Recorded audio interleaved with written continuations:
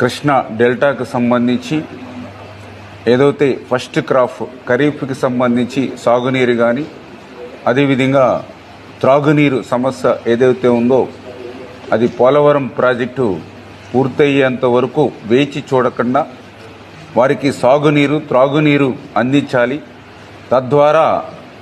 ఏదైతే శ్రీశైలం నుండి ఆ రిమైనింగ్ ఏదైతే వాళ్ళ వాటర్ ఏదైతే ఉందో అది రాయలసీమకి అందించాలనేటువంటి ఆలోచనతో ఆ రోజు చంద్రబాబు నాయుడు గారు ముందు చూపుతో ఏదైతే పట్టిసీమను ఎత్తిపోతల పథకాన్ని ఏదైతే ఆయన నిర్మాణం చేసి ప్రారంభించారో ఆ పట్టిసీమ ఎత్తిపోతల పథకం మరి రేపు 3వ తేదీ జూలై 3 రేపు ఉదయం 7:27 ఆ పట్టిసీమ ఎత్తిపోతల పథకాన్ని పంప్స్ని ప్రారంభిస్తున్నామని చెప్పి ముందుగా మీ అందరికీ కూడా తెలియజేసుకుంటూ ఉన్నా. అదేవిధంగా ఏదైతే మరి తాడిపూడికి సంబంధించి మరి ఏదైతే అక్కడ 875 క్యూసెక్కుల నీరు పంపించడానికి ఏదైతే వీలు పడుతుందో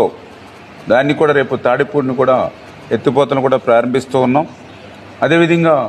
ఏదైతే మరి అటు పురుషోత్తపట్నం ఏదైతే ఉందో మరి అక్కడ కూడా మరి ఏదైతే 3500 క్యూసెక్కుల నీరు ఏదైతే లిఫ్ట్ చేయడానికి అవకాశం ఉందో దాన్ని ప్రారంభించిన తర్వాత నెక్స్ట్ స్టేజ్ 2 పురుషోత్తంపట్నం సంబంధించి మరి ఒక 1000 క్యూసెక్కుల నీరు ఏదైతే మరి యొక్క ఏలేరు రిజర్వాయర్కి పంపింగ్ ఏదైతే చేసుకుంటామో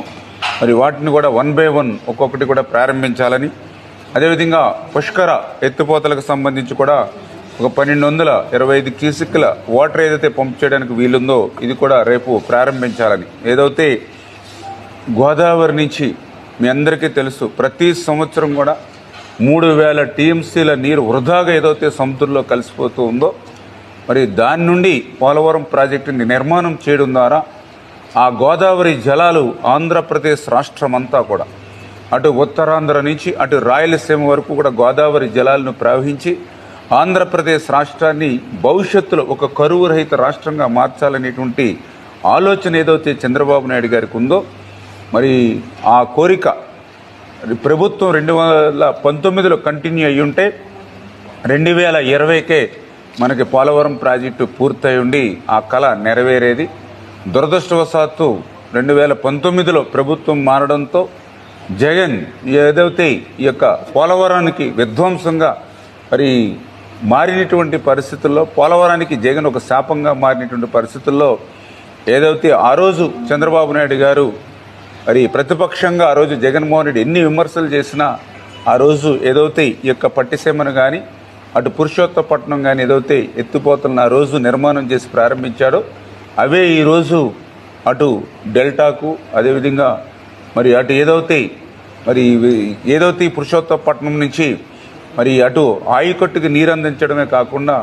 ఏలేరు రిజర్వాయర్కి నీరు ఇవ్వడం ద్వారా ఉత్తరాంధ్రకు సైతం విశాఖపట్నం స్టీల్ ప్లాంట్కి కానీ అదేవిధంగా విశాఖపట్నానికి త్రాగునీరు అందించడంలో కానీ ఇంత బహుళార్థకమైనటువంటి మరి ఉపయోగాలు కలుగుతూ ఉన్నాయంటే ఆ రోజు చంద్రబాబు నాయుడు గారి యొక్క ముందు చూపు అనేటువంటి విషయాన్ని కూడా మరి సందర్భంగా తెలియజేసుకుంటూ ఆ రోజు నేను కూడా అసెంబ్లీలో ఉన్నాం 2014-19లో. ఆ రోజు కూడా జగన్మోహన్ రెడ్డి అసెంబ్లీలో మాట్లాడేవాడు పదే అది పట్టిసీమ కాదు అది ఒట్టిసీమ అని.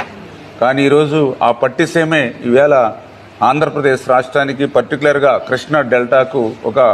బంగారు సీమగా ఉన్నటువంటి పరిస్థితి.